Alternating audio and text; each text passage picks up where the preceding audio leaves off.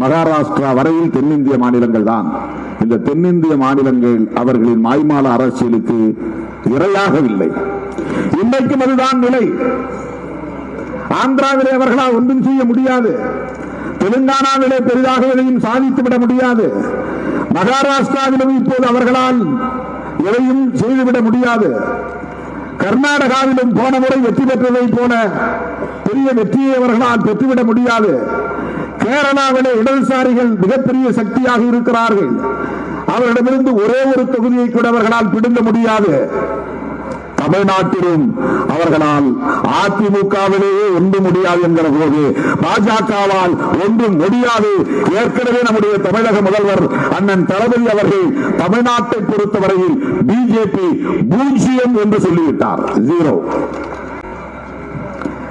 தென்னிந்திய மாநிலங்களில் அவர்களால் பெரிதாக